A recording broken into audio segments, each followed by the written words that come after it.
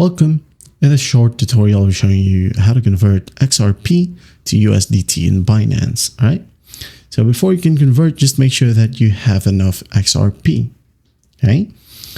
And once that's done, what you do is just go ahead over to the top, hover over trade right here.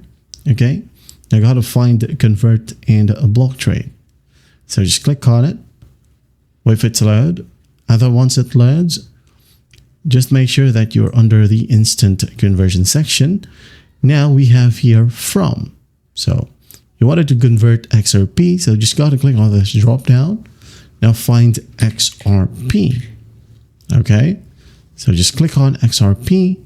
Now to convert it to USDT, we have here two. Okay. On this drop down. Now find USDT. And if you can't find it, just type it down.